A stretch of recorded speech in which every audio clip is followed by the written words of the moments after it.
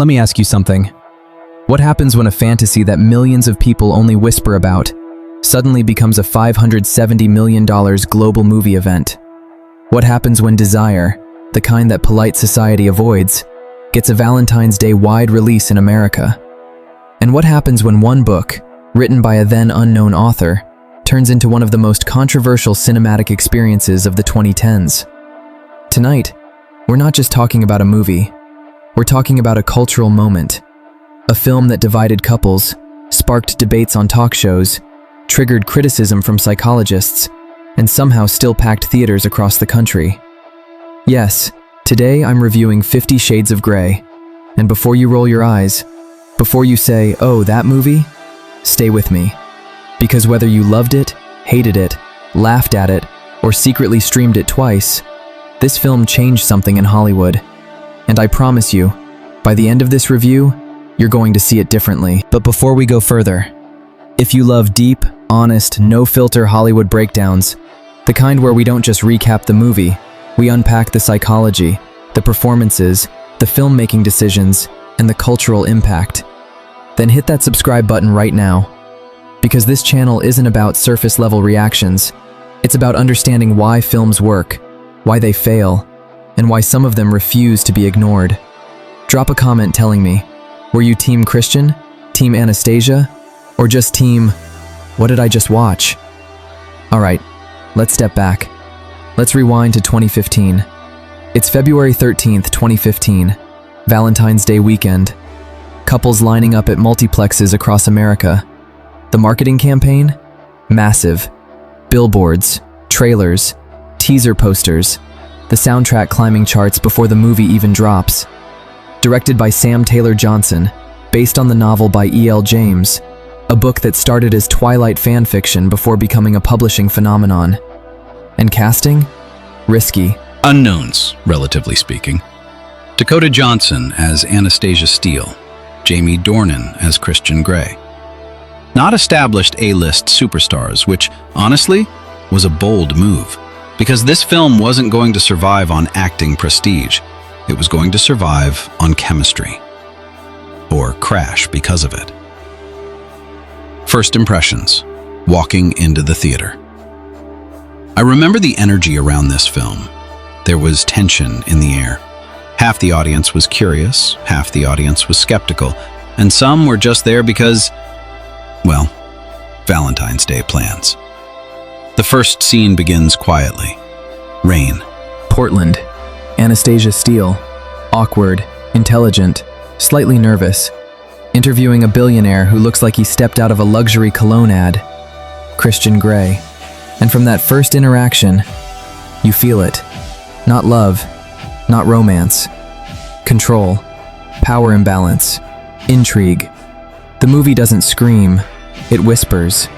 And that whisper is intentional. Tone and direction. Slow burn or slow problem?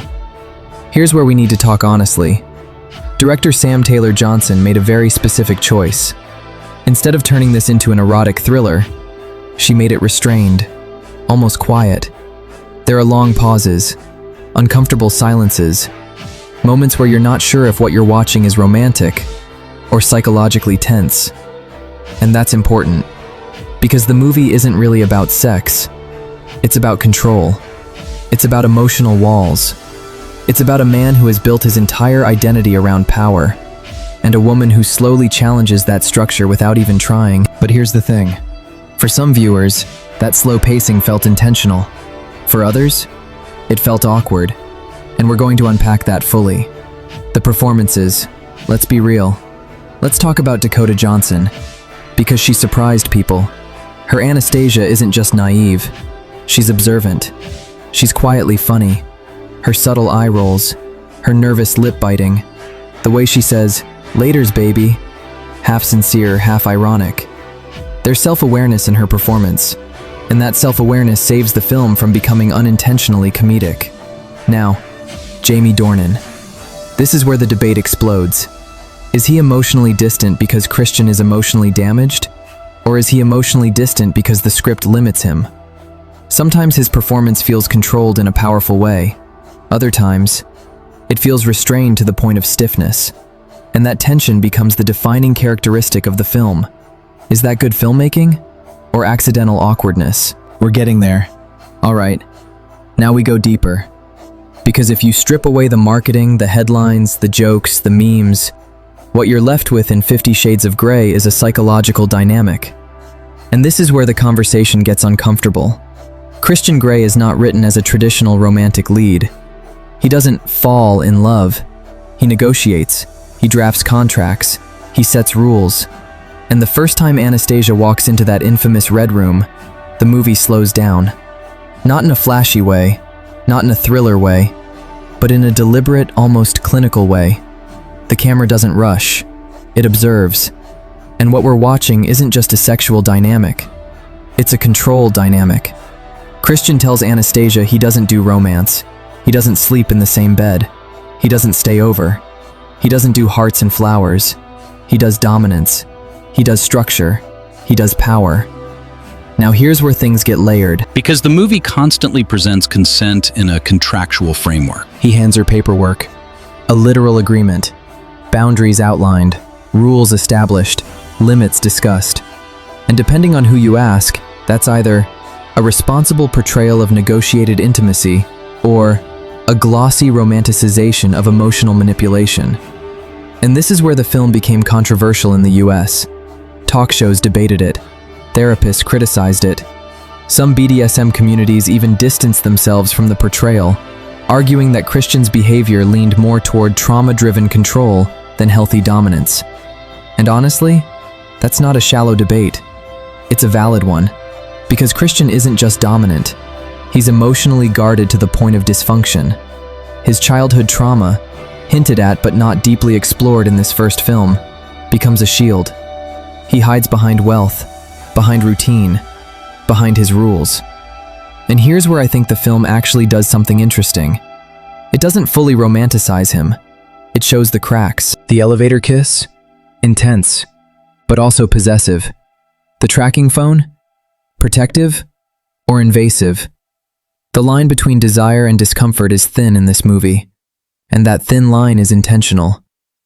The emotional shift, Anastasia's growth. Now let's talk about Anastasia, because if you only focus on Christian, you miss the real arc happening.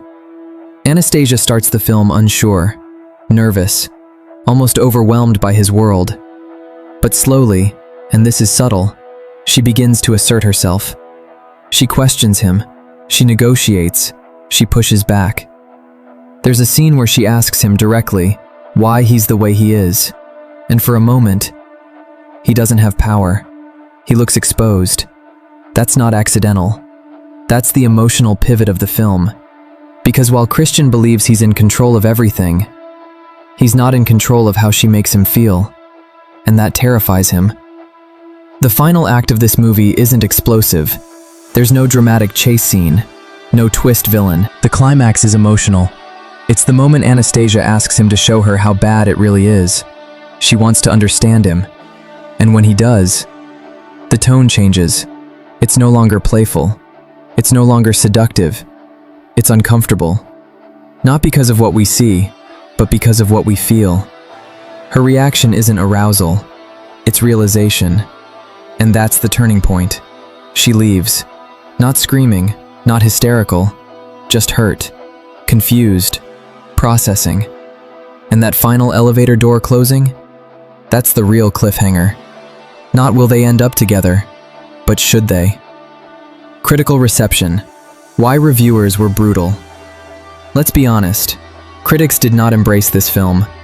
Many mainstream reviewers argued it lacked emotional depth, that the chemistry felt uneven, that the screenplay was too safe compared to the book's intensity. Some said it was boring. Others said it was unintentionally funny. But here's the interesting part. Audiences still showed up. Big time. The film grossed over $570 million worldwide. That's not niche curiosity. That's mainstream impact. And I think that says something important. Critics were evaluating it as high cinema. Audiences were experiencing it as fantasy. Two completely different lenses. And when you watch it through the fantasy lens, it makes more sense. It's not trying to be a psychological masterpiece. It's delivering escapism, luxury, Power dynamics, forbidden desire. It's glossy, it's sleek, it's designed like Christian's apartment. Minimal, expensive, controlled. The soundtrack, a hidden strength. Let's not ignore the soundtrack, because this film's music did heavy lifting. Songs like Earned It by The Weeknd became cultural staples. Love Me Like You Do by Ellie Goulding dominated radio. The music elevated scenes that might have otherwise felt flat. It created atmosphere. It created sensual tension. It created emotional continuity. And sometimes, the music carried more feeling than the dialogue. That's not necessarily a flaw, but it's noticeable. The visual style. Clean, cold, calculated. Visually, the film reflects Christian's personality. Steel tones, glass, wide, controlled interiors. Even the lighting feels curated. Nothing feels messy. Nothing feels chaotic, except the emotions. And that contrast works. The world looks perfect. The relationship isn't. All right, now we get to the question that basically defined the entire conversation around 50 Shades of Grey. Did Dakota Johnson and Jamie Dornan actually have chemistry? Because let's be real, this movie lives or dies on that. There are no explosions, no elaborate action sequences, no sprawling ensemble cast to distract you. It's two people in rooms, talking, staring, negotiating, touching, pulling away.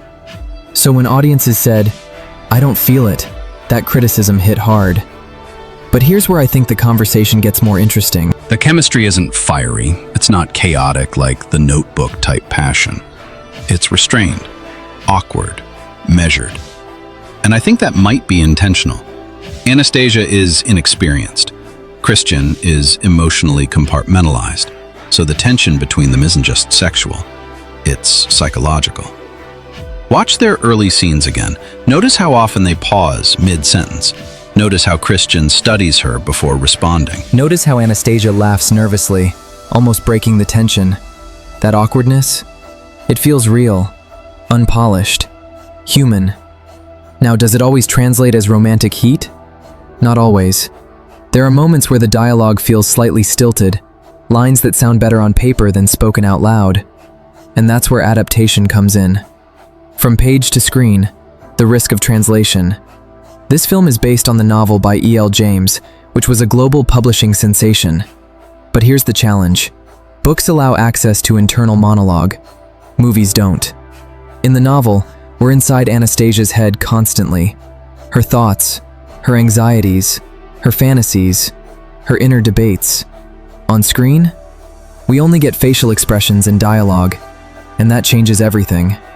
Some fans of the book felt the film was toned down, less explicit, less emotionally intense, more cautious.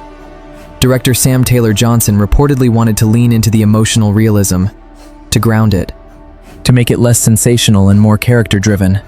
But that approach created tension between expectations and execution.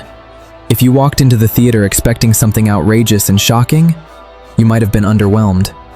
If you walked in expecting a slow-burn romantic drama with adult themes, you probably had a better experience.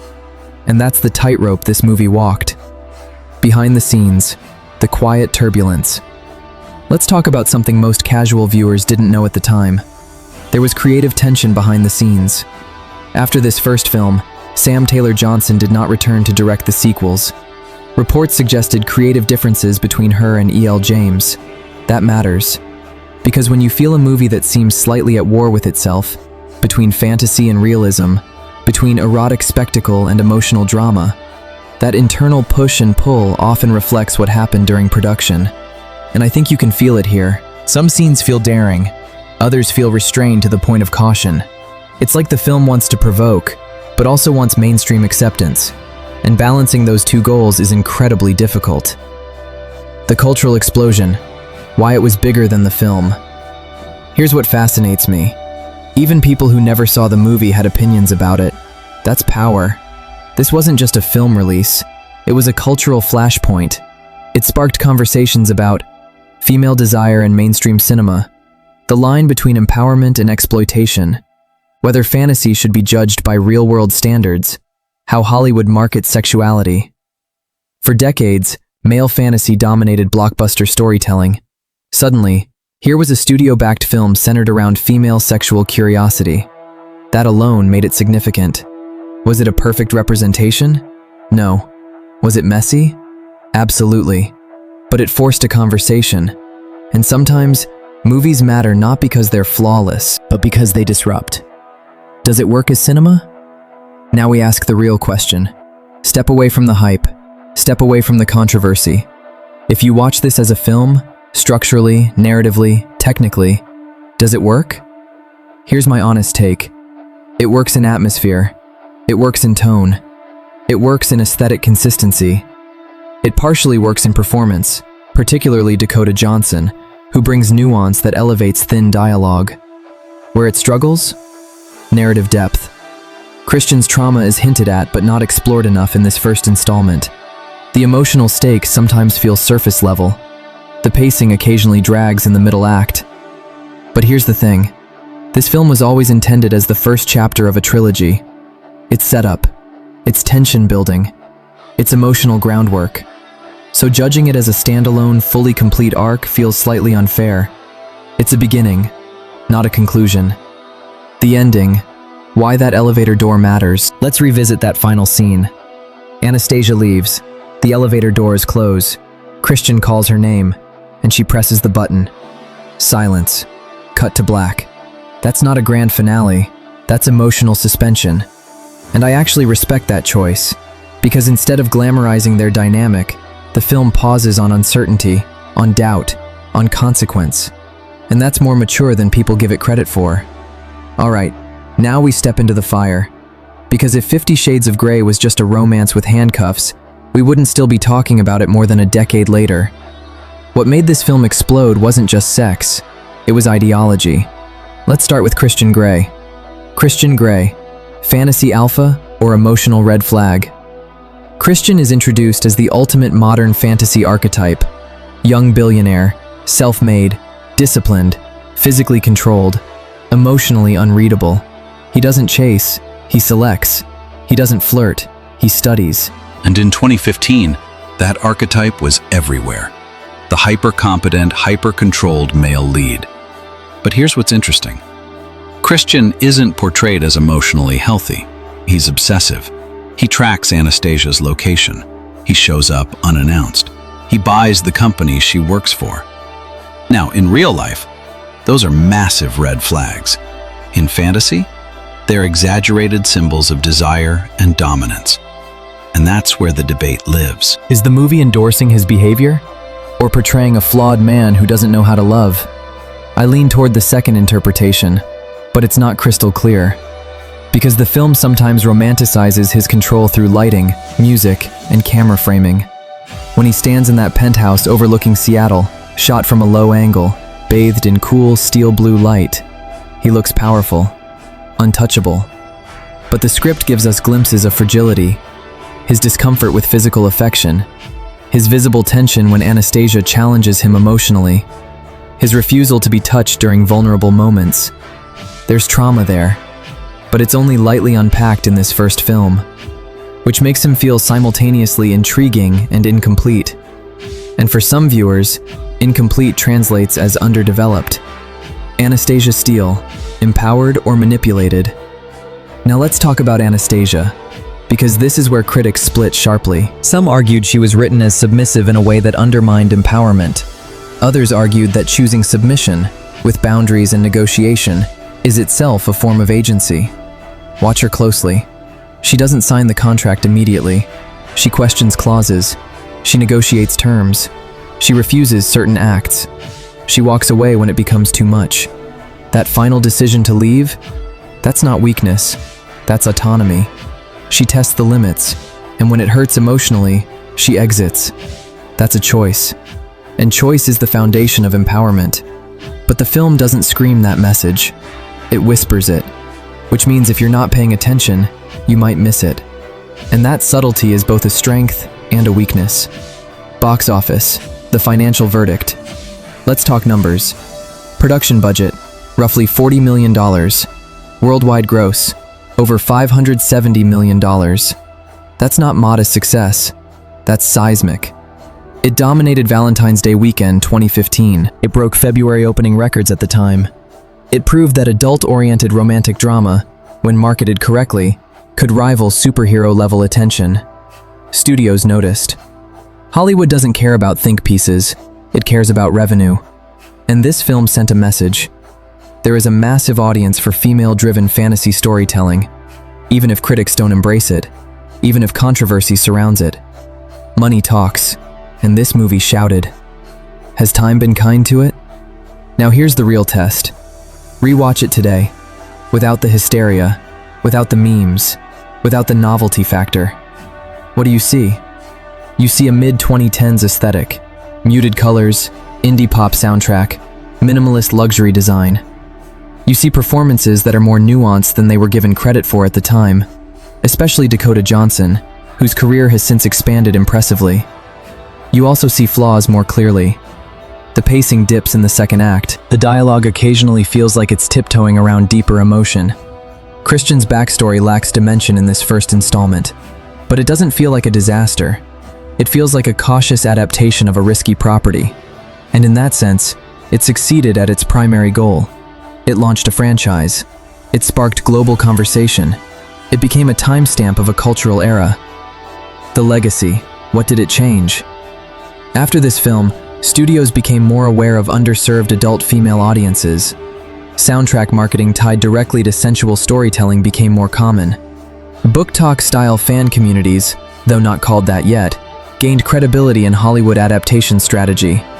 It also normalized open conversations about desire in mainstream media. Was it the most refined example of that shift? No, but it was one of the loudest, and volume matters. Final emotional reflection. Did it work? So here's my honest, grounded verdict.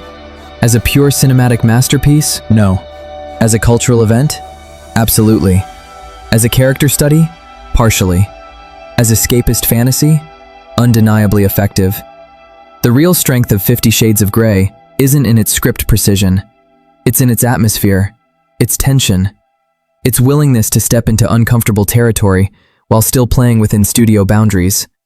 And that balancing act, that push between daring and restraint, defines the entire experience. You feel it in every scene. The movie never fully explodes, it simmers. And whether you found that simmer intoxicating or frustrating probably depends on what you expected walking in. Dakota Johnson as Anastasia Steele. Anastasia Steele is the heart of this film. She's our lens. She's the character through which the audience experiences Christian's world. Performance analysis. Dakota Johnson's portrayal is subtle and deliberate. She balances innocence, intelligence, awkwardness, and quiet assertiveness in a way that makes Anastasia relatable. The nervous pauses, the slight blush, the hesitant laughs. All of these choices communicate her inner tension. What stands out most is her ability to react naturally to Christian's controlling and sometimes intimidating behavior. Many actors would have exaggerated or overplayed these moments. Dakota keeps it human, restrained. Character arc review. Starts timid and unsure, gradually asserts boundaries, particularly around the Red Room and the contract. By the end, her emotional agency is evident when she chooses to leave Christian, despite the attraction and the power he holds over her. She's a bridge for the audience. We feel curiosity, fear, desire, and moral conflict through her reactions. Overall contribution. She grounds the film emotionally. Without her credible reactions, the story would collapse into either farce or cold fantasy. 2. Jamie Dornan as Christian Grey. Christian Grey is the most controversial character in the movie. Dornan had a difficult role because he had to portray a billionaire with complex trauma and sexual dominance while remaining appealing to the audience. Performance analysis. Jamie Dornan plays him with a mix of controlled intensity and restrained vulnerability. At times, his performance feels stiff, particularly in early interactions with Anastasia, but that stiffness reflects Christian's emotional control and isolation. He shines in moments of subtle emotional exposure, like the brief glimpses of insecurity during discussions of his past. Character arc review. Appears dominant, confident, and almost untouchable, gradually reveals vulnerability, especially in private moments with Anastasia. The internal conflict between desire and control drives the movie's tension. Overall contribution. He embodies the film's central tension. Without Dornan convincingly portraying that mixture of control and hidden fragility, the narrative loses its psychological weight. The chemistry with Dakota Johnson is polarizing. Some viewers love the subtle, restrained tension. Others feel it lacks passion. But in context, the restraint fits Christian's personality. 3. Eloise Mumford as Catherine Kate Kavanaugh. Kate is Anastasia's best friend and provides a moral and comedic anchor. Performance analysis. Eloise Mumford brings charm, wit, and warmth to the role. She balances humor with realism. Her reactions to Christian and the unusual circumstances are relatable. Character arc review. Kate serves as both confidant and commentator. Her advice to Anastasia, both cautious and supportive, highlights the stakes of Anastasia's decisions. She offers levity in a story dominated by tension, preventing the film from becoming overly clinical or oppressive. Overall contribution. Essential narrative counterweight to the intensity of the Christian Anastasia storyline. Provides a social lens. Audience sees a normal perspective on the unconventional relationship. 4. Jennifer Ehle as Carla Mae Wilkes. Carla is Anastasia's boss at the publishing house. Performance analysis. Jennifer Ehle's performance is understated, professional, and slightly maternal. Her limited screen time is maximized because she sets the stage for Anastasia's career and confidence outside of her personal entanglement. Character arc review. Acts as mentor and authority figure. Represents stability and normalcy in Anastasia's life. Her reactions to Anastasia's distraction with Christian are realistic and subtly humorous. Overall contribution. Anchors Anastasia in the professional world. Highlights the contrast between her work life and her entanglement with Christian's world. 5. Victor Rasuk as Jose Rodriguez. Jose is Anastasia's co-worker and a minor romantic interest. Performance analysis. Plays the friendly, safe male alternative to Christian. Victor Rasuk brings warmth and sincerity, contrasting sharply with Christian's intensity. Character arc review. Serves as a narrative foil. Shows the audience what a normal romantic interaction could look like. Makes Christian's dominance and obsession feel more pronounced by comparison. Overall contribution.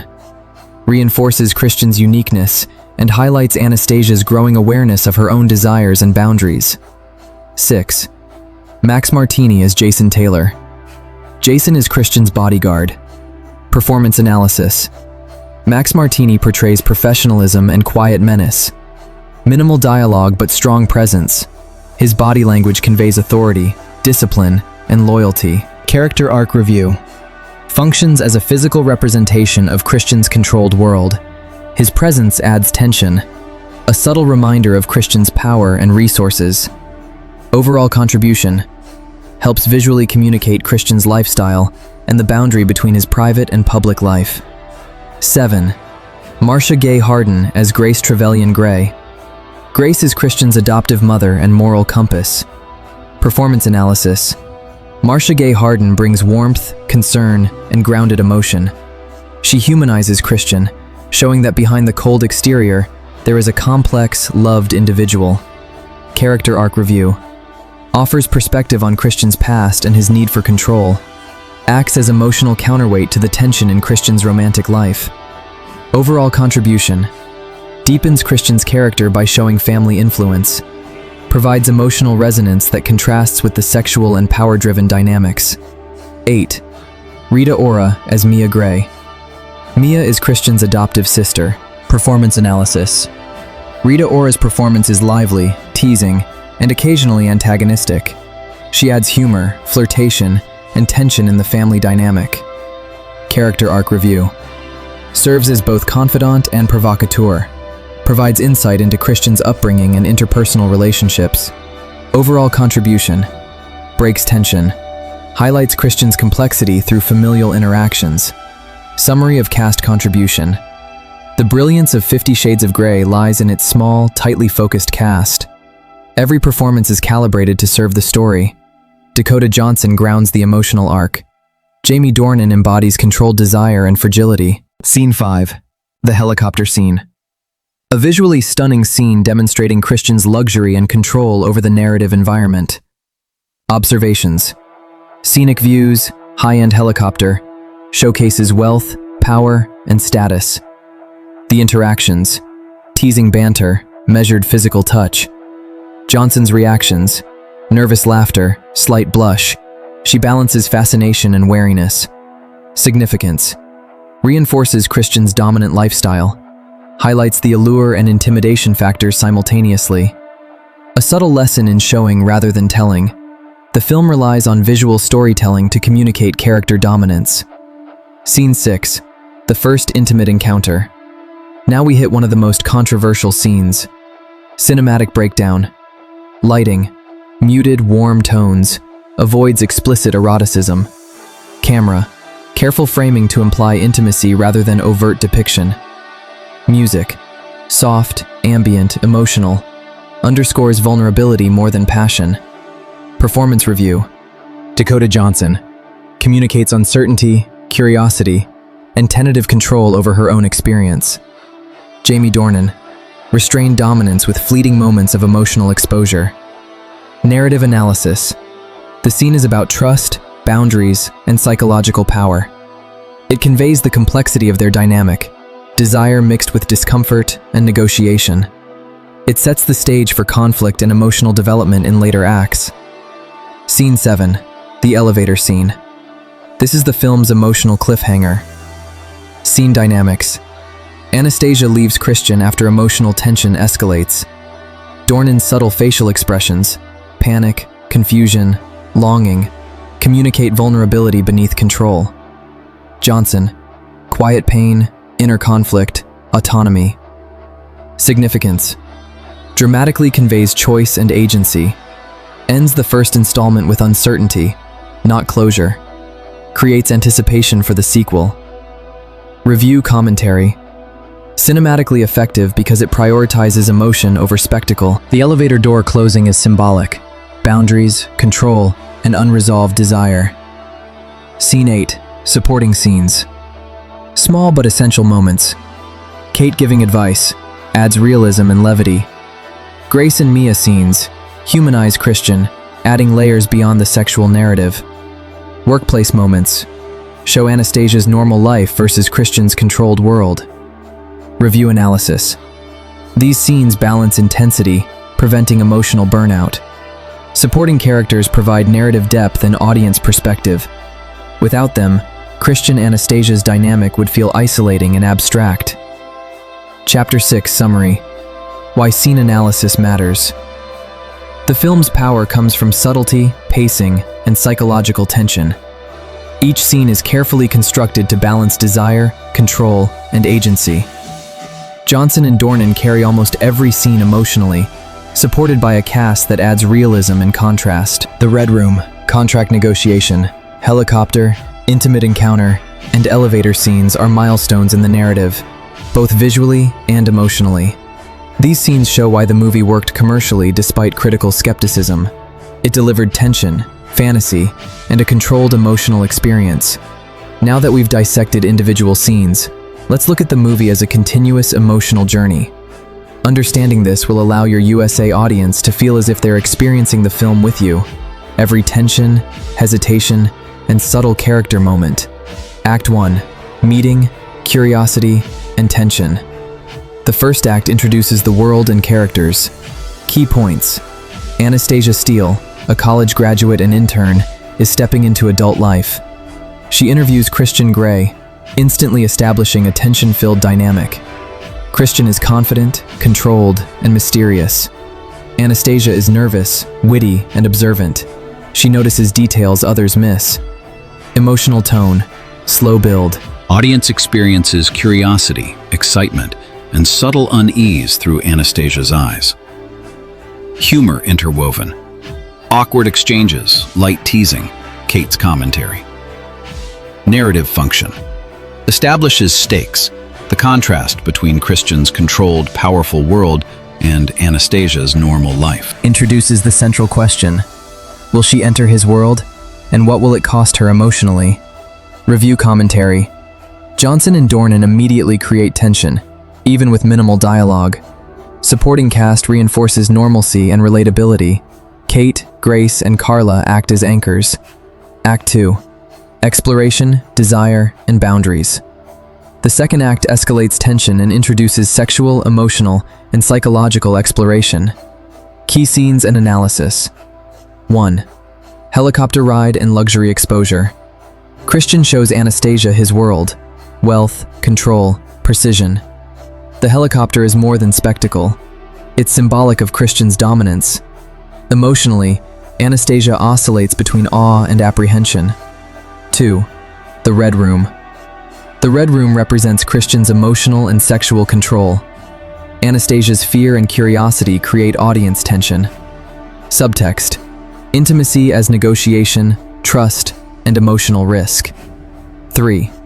Contract negotiation.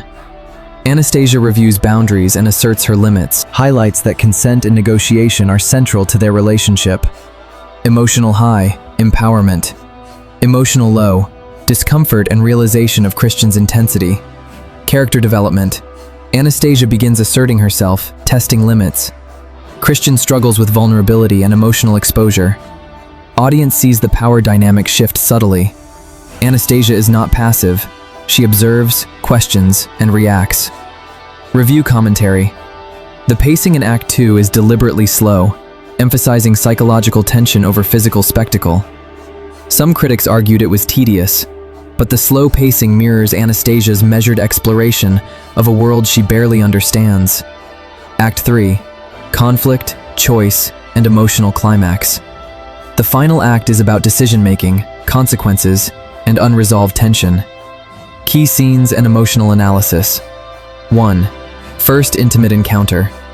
Christian and Anastasia's physical intimacy is paired with psychological tension. Lighting and camera work convey intimacy without over-sexualization. Anastasia demonstrates agency, curiosity balanced with caution. Emotional tone, anxiety, desire, and discovery. 2. Elevator confrontation. Anastasia leaves Christian after emotional intensity escalates. Christian's subtle panic contrasts with his usual control. Johnson communicates heartbreak with small gestures, hesitated steps, trembling lips, and reflective glances. Tone shift. From desire to tension to emotional suspension. 3. Closing moments. Elevator door. Symbolic ending. Uncertainty, boundary, and choice. No resolution. Perfect setup for sequels. Audience takeaway. Romantic tension remains unresolved, keeping them emotionally invested. Character arcs completed. Anastasia, from naive observer to active decision-maker. Christian, from absolute control to emotional exposure, revealing fragility. Review commentary. The film doesn't rely on melodrama. It relies on subtlety, restraint, and character psychology. Emotional highs are punctuated by quiet, reflective lows. The pacing of Act 3 emphasizes personal stakes over spectacle, rare for mainstream Valentine's Day releases. Narrative and pacing review. Act 1, Introduction. 25 to 30 minutes. Establishes world, introduces tension. Act 2, Exploration. 50 minutes. Psychological tension, character boundaries, emotional negotiation. Act 3, Climax.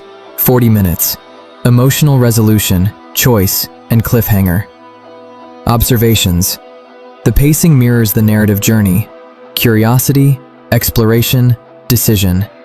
Emotional engagement is highest in the Red Room, contract, and intimate scenes. Music, lighting, and camera angles consistently reinforce the emotional tone. Strengths. Character-driven storytelling. Slow pacing enhances psychological tension. Subtle tonal shifts, humor, desire, tension, keep audience invested. Weaknesses. Dialogue occasionally stilted. Christian's backstory underexplored in this installment. Some scenes feel drawn out if you expect fast-paced romance or overt drama. Cultural context interwoven. Act 2 and Act 3 highlight themes of consent, choice, and negotiation, reflecting broader cultural discussions about female agency in 2015. Christian's dominance contrasts with Anastasia's emerging assertiveness, a metaphor for negotiation in modern relationships. Supporting characters provide the real-world perspective. Audience is reminded of normalcy amidst fantasy. Watching 50 Shades of Grey, one of the first things you notice is the direction. Sam Taylor Johnson approached this material with a careful restraint. She didn't go for sensationalism, and that decision shapes the entire experience. The film is deliberate, almost clinical in the way it frames Christian's world. Every scene feels calculated, controlled, and aesthetically precise, mirroring his personality. Wide shots of the penthouse, the muted steel and glass color palette, the perfectly arranged furniture, all speak to a man who lives in a world of order, control, and predictability. The camera moves slowly, lingering on faces and reactions rather than rushing to action, letting the audience breathe in every glance, every hesitation, every micro-expression. Sometimes it's almost painfully slow, but that slowness is intentional. It gives weight to the tension, makes the chemistry between Anastasia and Christian simmer instead of boil, and allows the psychological stakes to emerge naturally. The cinematography is subtle but effective. Seattle's gray, rainy backdrop provides a moody, atmospheric tone that contrasts with the bright, polished interior spaces of Christian's apartment and office. Lighting is used as an emotional indicator throughout the film. In the red room, red dominates, signaling passion, danger, and control, while soft, natural lighting in Anastasia's world communicates safety, warmth, and vulnerability. The contrast isn't just visual. It reinforces the emotional divide between the two main characters. Close-ups are used sparingly but with precision, highlighting the actor's expressions during pivotal moments. In scenes like the elevator confrontation or the contract negotiation, the camera lingers just enough to capture hesitation, subtle fear, or curiosity, creating a tension that dialogue alone couldn't achieve. The soundtrack, too, plays a massive role. This isn't just background music. It's a narrative tool that shapes every scene. Earned It by The Weeknd isn't just a hit song, it's a mood. It carries the audience through the red room scene, blending sensuality and danger. Ellie Goulding's Love Me Like You Do appears at key romantic points, underscoring Anastasia's emotional vulnerability and the magnetic pull of Christian's world. The choice of music bridges the gap between audience empathy and cinematic fantasy. Without the score, many scenes would feel flat or awkward, but the music elevates them, making hesitation and tension feel cinematic rather than stilted. The production design deserves attention because it is almost a character itself. Christian's penthouse, with its sleek, modern furniture, minimalistic decor, and glass walls, embodies the control and perfectionism he values. The red room, with its striking red leather, polished instruments, and harsh lighting, is simultaneously fascinating and intimidating.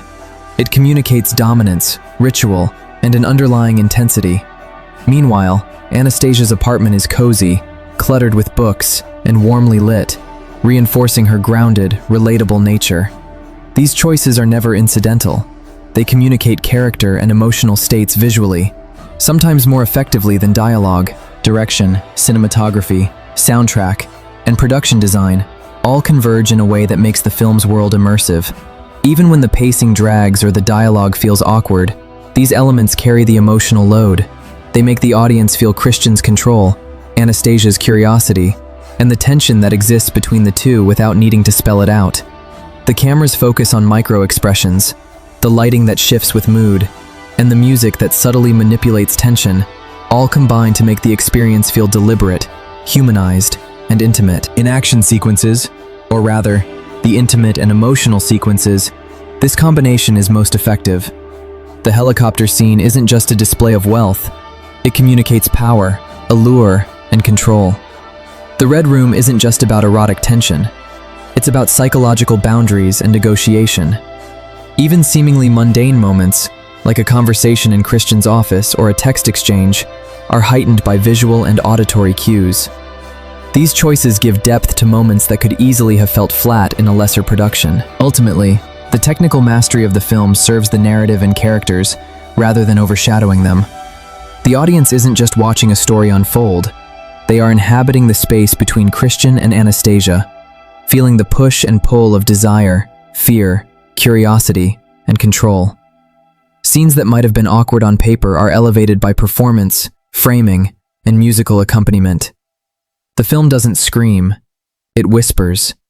And the whisper is what draws the audience in, keeps them tense and invested. Even with the deliberate pacing and visual elegance, the film isn't perfect. There are moments where the dialogue feels stiff, where scenes could have benefited from slightly tighter editing, or where Christian's emotional vulnerability could have been explored more deeply.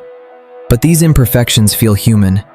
They remind the audience that this is a story about flawed, complex individuals navigating an unconventional relationship.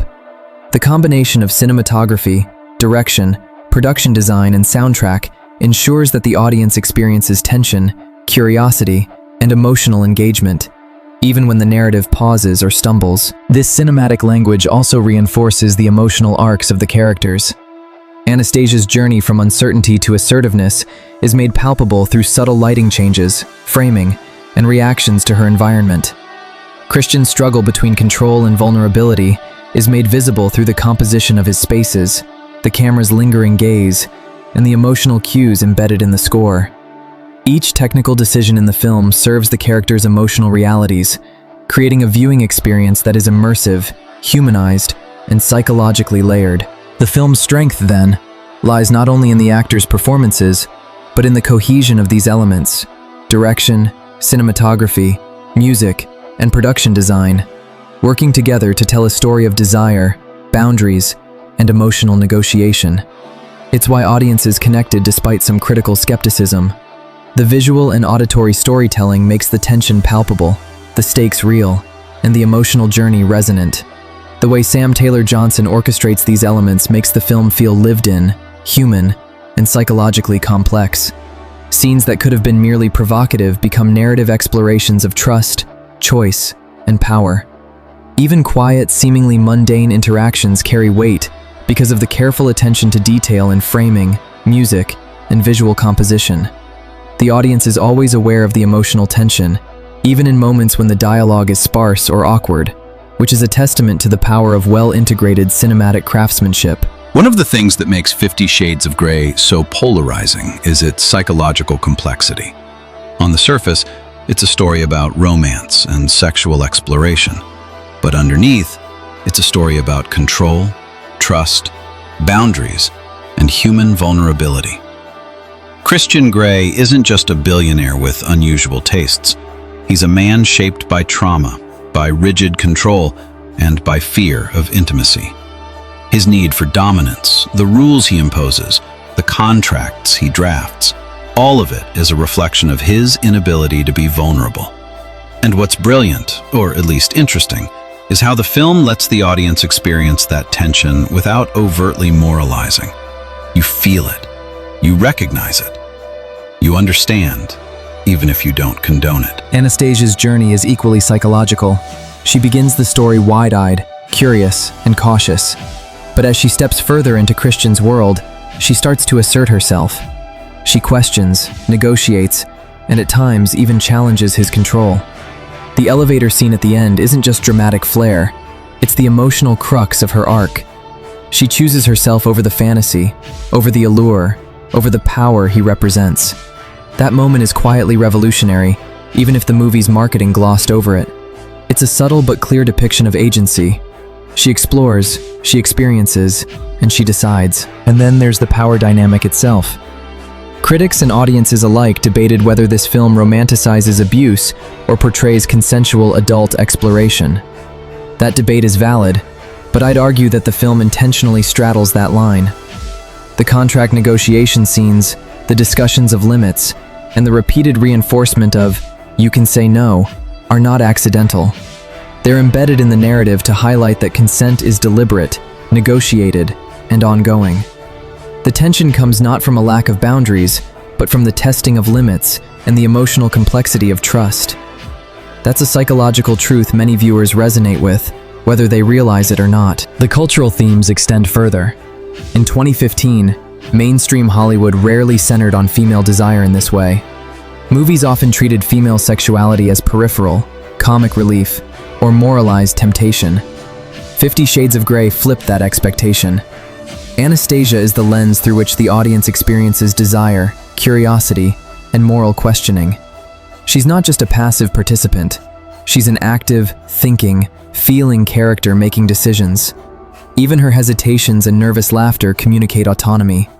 This is part of why the movie resonated with a massive female audience, even if critics dismissed it as shallow or chick-lit brought to screen. Christian, meanwhile, embodies a specific archetype of masculinity that was culturally prevalent in mid-2010s Hollywood. Hyper-controlled, hyper-wealthy, emotionally closed off, with vulnerability only revealed to a select individual. That dynamic creates tension, but also serves as a mirror for viewers. Some see it as fantasy, some as cautionary tale, some as a psychological case study. The brilliance, intentional or not, is that the film doesn't tell you how to feel about it. You are left with discomfort, intrigue, arousal, and ethical questioning all at once. That's rare in mainstream cinema. The film also addresses intimacy in a non-traditional way. Most romantic dramas escalate through grand gestures and confessions. 50 Shades of Grey escalates through negotiation, boundary testing, and emotional vulnerability masked as control. Watching The Red Room, the contract signing, or the first intimate encounter is like observing a chess match where power and desire shift subtly, constantly, and with high emotional stakes. It's cerebral, not just physical, and that's why the movie works for some viewers even if it frustrates others. Another layer is the cultural conversation around trauma and emotional complexity. Christian's backstory, abuse, neglect, adoption, is never fully unpacked, but it informs every choice he makes. His attempts at control, his perfectionism, his avoidance of vulnerability are all rooted in that past. The audience is constantly negotiating empathy. Do we feel sorry for him? Do we find him alluring? Do we fear his behavior? That tension creates sustained psychological engagement across the entire film. Anastasia's psychology is equally complex. She's curious, attracted, cautious, and assertive in turns. Watching her navigate this world, she experiences fear, desire, empowerment, and moral ambiguity. She's not a passive character in a sexualized story. She's an active agent, and the film lets you feel her reasoning, hesitations, and choices. That's where the subtle feminism of 50 Shades of Grey comes through. Agency, choice, and informed consent, all wrapped inside a glossy, high-stakes romantic fantasy. The cultural impact goes beyond the narrative. The film sparked public debate about female sexual desire, BDSM representation, and the ethical boundaries of romantic fantasy. Talk shows, think pieces, and social media erupted with discussions about whether Christian was a romantic fantasy or a warning. That's rare. Few films provoke such polarized, sustained conversation while also dominating box office charts. Its legacy is not just in ticket sales. It's in the dialogue it forced about intimacy, consent, and fantasy in mainstream culture. Even the supporting characters contribute to these themes. Kate provides humor, grounding, and a voice of practical reality. Grace offers empathy and insight into Christian's humanity. Mia injects playful rebellion and challenges the control dynamics. Each secondary role isn't filler. They actively participate in the audience's psychological and emotional navigation of the story. Watching these interactions allows viewers to see the characters in context, not just isolated in a romance bubble. The psychological tension is amplified by the film's technical elements. Slow pacing forces you to linger on discomfort and anticipation. Music cues elevate desire, uncertainty, and emotional peaks. Lighting and framing communicate power dynamics without overt exposition. Everything is coordinated to make the audience feel the negotiation of trust and desire in a visceral way. You're not just watching Christian and Anastasia interact. You're living it, feeling it, questioning it, and processing it. Ultimately, 50 Shades of Grey succeeds not because it's perfect, but because it's human. Imperfect, awkward, sometimes stilted, but deeply human. It asks difficult questions. What does consent really mean? How do desire and morality intersect? How do power and vulnerability coexist in relationships? And it doesn't answer them neatly. It leaves you thinking, feeling, and discussing long after the credits roll. That's the real strength of the film. This chapter could stretch endlessly because the layers are dense. Psychology, consent, desire, empowerment, and cultural resonance all intertwine. The audience leaves with a complex emotional cocktail: intrigue, discomfort, empathy, and curiosity about what happens next. And that is why, more than a decade later, 50 Shades of Grey is still a reference point in conversations about adult romance in mainstream cinema. When I think about 50 Shades of Grey beyond the surface story, I realize the film operates on multiple layers simultaneously. On one level, it's a romance and erotic drama. On another, it's a meditation on control, trust, emotional vulnerability, and human boundaries. And on yet another level, it's a cultural artifact reflecting the anxieties and fantasies of the mid-2010s.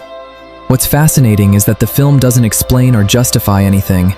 It presents tension, desire, and moral ambiguity, and then steps back, letting the audience wrestle with it. That's why some people feel fascinated, others uncomfortable, and yet others, oddly, empowered. Christian Grey is fascinating as a character study. His hyper-controlled life, obsessive perfectionism, and reliance on ritualized sexual expression are all signals of a man trying to impose order on a chaotic internal world. He's visually and emotionally intimidating. His penthouse, his clothes, the way he positions his body, the tone of his voice, it all communicates dominance. Yet beneath that control lies vulnerability. Subtle moments, like when he hesitates before expressing desire, or when he reacts to Anastasia's boundary setting, hint at a man grappling with trust, intimacy, and the scars of past trauma. Those moments are small but seismic. They define his complexity and the psychological tension of the film. Anastasia, on the other hand, is the audience's anchor. She navigates this world of power, wealth, and sexual intensity with a combination of curiosity, fear, and intelligence. She is fascinated but not naive. She asks questions, she negotiates, she observes, and she decides. That makes her more than just a conduit for male fantasy. She is an active participant, shaping the relationship as much as she is shaped by it. The moments where she asserts herself, like questioning clauses in the contract or walking away at the elevator, are subtle but radical. They're not about rebellion for spectacle. They're about agency, autonomy, and moral clarity. Watching her make these choices feels intimate because the camera, the framing, and the pacing allow you to inhabit her inner world. One of the remarkable things about this film is how it portrays desire as both intellectual and physical. Most Hollywood romances separate thought and eroticism, making the sexual component purely visual. Here, sexual expression is tied to negotiation, curiosity, and consent. Every touch, glance, and interaction carries an emotional subtext. When Christian enters Anastasia's life, it's not just a physical disruption, it's a psychological one. The contract, the red room, the subtle dominance in his gestures, all of it forces Anastasia to question her limits, her boundaries, and her desire. And the audience experiences this tension too, which is why even critics who dislike the film acknowledge its intensity and immersive quality. The dynamic between Christian and Anastasia is not static. It evolves scene by scene. Early interactions are tentative, awkward, and almost clinical. Their dialogue often includes pauses, hesitations, and careful observation, which can feel slow, but that's the point. It mirrors real-world negotiation and emotional uncertainty. As the film progresses, the stakes escalate not because of external drama, but because the internal tension between desire, fear, and autonomy grows. That's why even seemingly small scenes, the helicopter ride, a conversation in the office, or a glance across the room, carry significant emotional weight. These micro-moments reveal shifts in trust, curiosity, and attraction, and that's a subtle form of storytelling not commonly explored in mainstream romantic cinema. Another fascinating aspect is the psychological interplay of dominance and submission. 50 Shades of Grey doesn't reduce these concepts to stereotypes or shallow fantasies. The film presents BDSM elements as a negotiation of boundaries, trust, and mutual consent. Christian's desire for control is juxtaposed with Anastasia's autonomy. She explores willingly, questions constantly, and sets limits. That dynamic reframes what might appear as power imbalance into a study of mutual engagement in desire and intimacy. This thematic layer is why some audiences see the film as empowering, and others as morally complex. It challenges conventional expectations of romance, eroticism, and agency. Now let's shift the lens completely and look at this film from a cinematic craftsmanship angle. Because one thing that often gets lost in the controversy is how intentionally constructed this movie actually is. When you rewatch it carefully, you start noticing how much of the storytelling happens in silence. Long pauses, held eye contact, the slight tremor in Anastasia's voice, Christian's controlled breathing. These aren't accidental beats. They're deliberate pacing choices that build tension without dialogue. A lot of romantic dramas rely heavily on verbal declarations of love or conflict. This film leans into restraint, and restraint, when used properly, becomes its own kind of suspense. Think about how often the camera lingers. The framing is intimate but not chaotic. It gives the audience time to absorb emotional shifts. That slowness mirrors the nature of the relationship itself. Everything between these two characters unfolds gradually, sometimes awkwardly, and that awkwardness feels intentional. It's not polished romance, it's exploration. And exploration by nature is hesitant. Another fascinating layer is the way wealth is portrayed as atmosphere rather than just status. Christian's world isn't merely luxurious, it's meticulously curated. The architecture, the minimalist interiors, the clean lines, the glass walls, everything visually reinforces his personality. His home feels controlled, structured, precise. There's almost a clinical elegance to it. That design choice isn't just aesthetic. It reflects his psychological need for order. Even his wardrobe is monochromatic and sharply tailored, mirroring his emotional rigidity. Contrast that with Anastasia's environment. Warmer tones, softer textures, slightly cluttered spaces. Her world feels lived in and imperfect. The visual contrast between their environments quietly reinforces the emotional contrast between them. One is controlled, insulated, composed. The other is organic, curious, and still forming. The production design becomes character development without saying a word. Let's talk about dialogue rhythm. The conversations often feel slightly off balance, especially early on. That imbalance reflects their emotional asymmetry. Christian is direct, sometimes abrupt. Anastasia hesitates, questions, stumbles over her words. That dynamic is uncomfortable on purpose. It places the audience in her perspective. You're meant to feel slightly destabilized in his presence, and that tension creates intrigue. There's also a fascinating undercurrent of negotiation throughout the film, not just with the physical contract, but emotionally. Every scene is a negotiation of boundaries, spoken and unspoken. When she challenges him, when he pauses, when either one pulls back, it's a constant recalibration of power. And that dynamic makes the film feel almost like a psychological chess match rather than a traditional romance. Now let's zoom out and examine the film in the context of romantic storytelling history. Hollywood has long romanticized the damaged man who needs saving trope. From classic melodramas to modern romantic dramas, that archetype persists. What 50 Shades of Grey does differently is that it places the woman's choice at the forefront. She's not automatically staying. She's evaluating. She's considering. She's deciding whether this dynamic aligns with her limits. That shift is subtle but important. The ending of the first film is especially significant when viewed through that lens. It doesn't conclude with a fairy tale resolution. It ends with separation, with uncertainty, with an emotional fracture. That choice defies the expectations of a standard romantic arc. Instead of rewarding the audience with comfort, it leaves them unsettled. And that discomfort becomes the hook for the sequel. Another dimension worth discussing is how the film portrays vulnerability as both seductive and terrifying. Christian's moments of emotional exposure are brief but impactful. A flicker of softness in his voice, a hesitation in his usual composure. Those glimpses make him human rather than mythic. Without those cracks in the armor, he would feel cartoonish. With them, he feels layered. Anastasia's vulnerability, meanwhile, evolves into quiet strength. Her nervous laughter early in the film gradually transforms into steadier speech. She stops reacting and starts responding. That evolution is subtle, but it's there. And for viewers who pay attention, it's one of the most satisfying arcs in the story. Let's also address the soundtrack, because it plays a crucial emotional role. The music selection blends sensual energy with emotional melancholy. It amplifies intimacy, but also injects introspection. Certain tracks feel almost like internal monologues set to melody.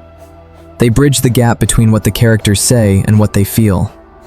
In romantic cinema, music often manipulates emotion. Here, it complements psychological tension. The film's marketing deserves its own analysis too. It was sold as provocative, daring, boundary-pushing, and while it certainly contains explicit themes, the actual tone of the movie is more restrained than its promotional campaign suggested. That contrast shaped audience expectations dramatically. Some viewers expected something more extreme, and were surprised by the film's relatively measured pacing. Others expected pure romance, and were confronted with psychological complexity. That mismatch between expectation and experience contributed to the polarized reception. Culturally, the release timing was significant. In the mid-2010s, conversations around consent and relationship dynamics were becoming increasingly prominent in mainstream discourse. This film entered that cultural climate and ignited debates. Some praised it for bringing discussions of negotiated intimacy into public conversation. Others criticized it for potentially glamorizing unhealthy patterns. The fact that it could spark both reactions simultaneously speaks to its cultural volatility. It's also worth examining the audience divide between critics and general viewers. Critics often focused on dialogue awkwardness or narrative simplicity, but audiences responded emotionally. The box office performance reflected that connection. And sometimes, emotional resonance outweighs critical analysis in determining a film's legacy. Cinema isn't just about technical perfection, it's about impact. There's a psychological phenomenon at play here as well: projection. Viewers project their own beliefs, experiences, and fantasies onto the film. That's why reactions vary so dramatically. For some, it's escapism. For others, it's discomfort. For others still, it's empowerment. The film becomes a mirror rather than a directive, and that mirror effect fuels ongoing discussion. Let's explore the theme of fantasy versus reality. 50 Shades of Grey operates within heightened fantasy: the billionaire lifestyle, the dramatic gestures, the private helicopters. These elements create a fairy tale backdrop, but within that fantasy, the emotional negotiations feel grounded. That blend of hyper-real wealth and intimate emotional uncertainty creates a strange but compelling contrast. The film also subtly explores control beyond the romantic relationship. Christian controls his business empire, his schedule, his diet, his routines. His entire life is structured. Anastasia enters as an unpredictable variable. She disrupts his precision, and disruption is both threatening and alluring to him. That dynamic drives much of the emotional tension. Another overlooked aspect is humor. There are moments of awkward comedy sprinkled throughout. Anastasia's internal sarcasm, her reactions to his formal intensity, these beats humanize the story. Without those lighter moments, the film would feel oppressive. Instead, it breathes. From a performance standpoint, subtle facial expressions carry enormous weight. The slight tightening of Christian's jaw when he feels challenged. The widening of Anastasia's eyes when she processes something new. These micro-expressions communicate volumes. Acting in a film like this requires restraint, because overacting would shatter the tension. The editing style also deserves attention. Scenes aren't rushed. Cuts linger longer than expected. That elongation forces viewers to sit with emotion. In a fast-paced blockbuster era, this slower rhythm feels almost defiant. It prioritizes emotional texture over plot acceleration. Another theme emerging upon deeper reflection is curiosity. The film isn't purely about desire. It's about the human impulse to explore the unknown. Anastasia doesn't dive into Christian's world blindly. She asks questions. She seeks understanding. That curiosity is relatable on a universal level. We've all been drawn towards something unfamiliar at some point, weighing risk against intrigue. Power in this story isn't static. It shifts. Sometimes Christian appears dominant. Other times, Anastasia's willingness to walk away becomes the ultimate leverage. That shifting balance keeps the relationship dynamic rather than fixed. It challenges the simplistic idea that dominance equals control at all times. The film also touches on the concept of emotional contracts beyond written agreements. Every relationship has unspoken expectations. Here, those expectations are literalized through paperwork. That literalization externalizes something most couples navigate internally. It's dramatic, yes, but symbolically powerful. As we expand toward the larger cinematic conversation, 50 Shades of Grey occupies a unique place. It's neither art house romance nor conventional studio rom-com. It straddles genres: erotic drama, romantic melodrama, psychological character study. That genre hybridity may contribute to why it's difficult to categorize cleanly. The ending leaves emotional threads intentionally unresolved. That incompleteness mirrors real-life relationships, which rarely resolve neatly. And in doing so, the film invites continuation, not just in sequels, but in personal reflection. Viewers leave debating not only the characters, but their own boundaries and definitions of intimacy. When evaluating its legacy, it's impossible to ignore its commercial impact. It demonstrated that adult-oriented romantic drama could command massive box office numbers. Studios took notice. The conversation around female-led romantic narratives shifted slightly. And regardless of individual opinions, its financial success is undeniable. At its core, this film is about choice. The choice to explore, the choice to set limits, the choice to leave, the choice to return. Every major turning point revolves around autonomy. That's a powerful foundation for any romantic narrative. And perhaps the most intriguing aspect is how differently it lands on rewatch. Initial viewing may focus on shock or intrigue. Subsequent viewings reveal subtext, nuance, and character micro-shifts that were easy to miss. It's layered in a way that invites reconsideration. As we move closer to the final stretch of this deep dive review, it's clear that 50 Shades of Grey is more than a surface-level cultural phenomenon. It's a case study in how cinema can provoke conversation, divide opinion, and still captivate millions. In the next segment, we can transition into a powerful final analysis: rating breakdown, strengths versus weaknesses, long-term cultural influence, comparison with its sequels, and a strong, engaging call to action tailored specifically for your USA-based YouTube audience. Alright, now we move into the final stretch, and this is where we zoom all the way out. Because after spending this much time dissecting 50 Shades of Grey, its psychology, performances, themes, cultural weight, the real question becomes, what does this film ultimately represent? Not just as entertainment, not just as controversy, but as a moment in cinema history. Let's start with something honest. This movie was never meant to be subtle art house filmmaking. It was designed to be a cultural event, and it succeeded in that mission completely. When it premiered in 2015, theaters were packed, conversations were loud, social media was flooded. Whether people loved it or criticized it, they showed up, and that alone is powerful. Very few romantic dramas generate that level of anticipation. Superhero films do, major franchises do, but a character-driven adult romance? That's rare. Now let's break this down in a more analytical way. From a storytelling perspective, the film is structurally simple. It follows a linear, emotional arc. There are no massive plot twists, no complicated subplots, no world-ending stakes. The tension is entirely relational, and that simplicity is intentional. The entire movie lives inside emotional negotiation. Some critics argued that it lacked narrative complexity. But here's the counterpoint. The complexity isn't in the plot. It's in the power dynamics. Every conversation is layered. Every silence carries meaning. Every glance has intention. And that kind of storytelling is harder than it looks. Now let's talk about strengths and weaknesses, honestly. Strength first. Atmosphere. The mood is consistent from beginning to end. The lighting, the music, the pacing, everything creates a unified tone. That's not accidental. That's careful direction. Chemistry. Regardless of personal opinion, there is tension between the leads. It's quiet, it's restrained, but it's there. And tension is the engine of this story. Cultural relevance. Whether you agree with its portrayal of relationships or not, it sparked discussion. And films that ignite debate tend to have longer shelf lives. Commercial impact. Financially, it proved that female-driven romantic dramas could dominate globally.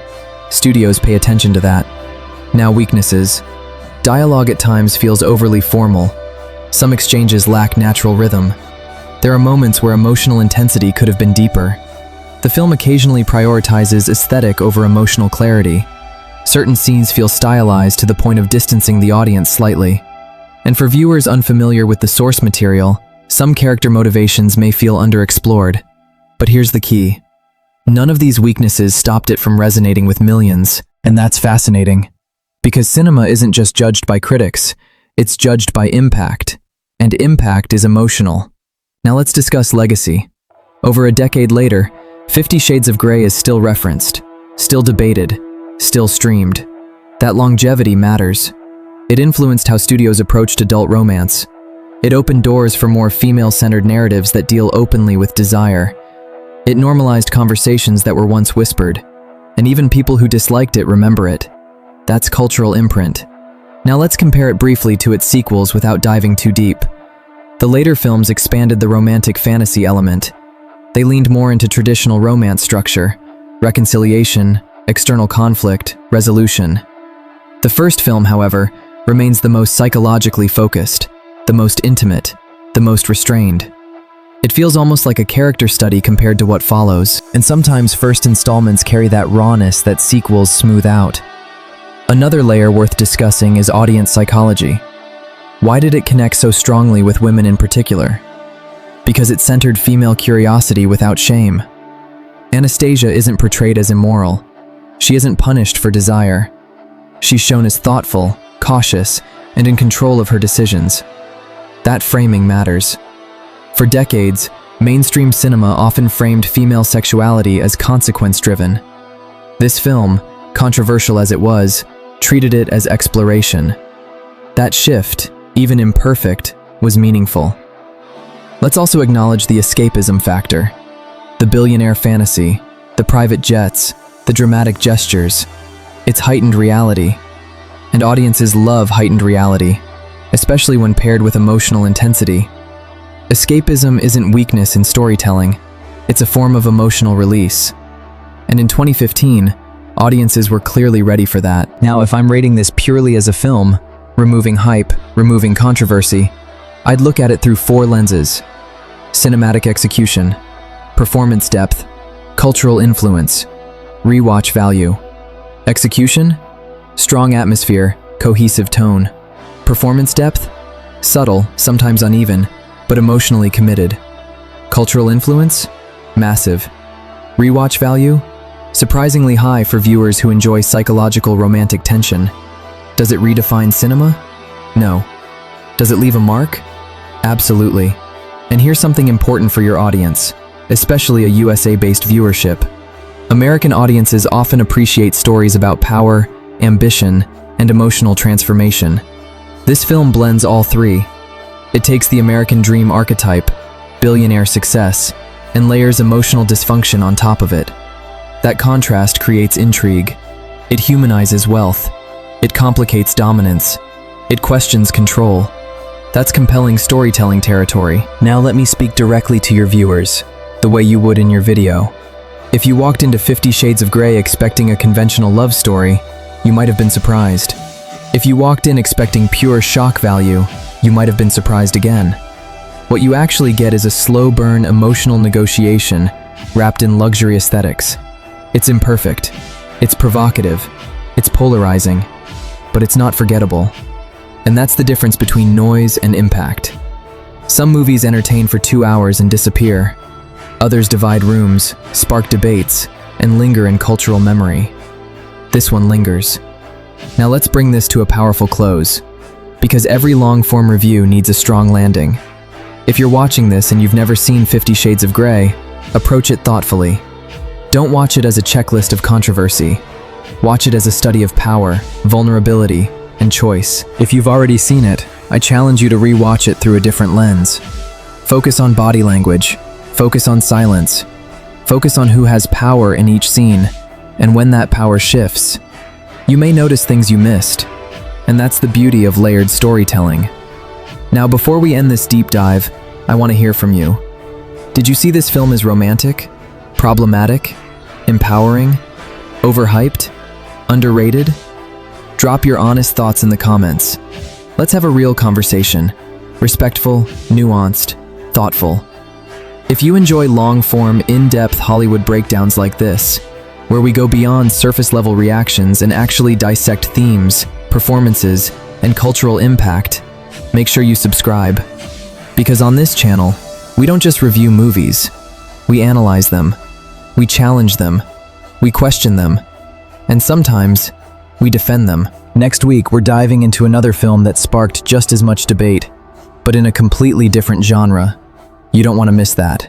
Until then, keep watching critically, keep thinking deeply, and remember, cinema isn't just about what you see, it's about what you feel, and what you question afterward.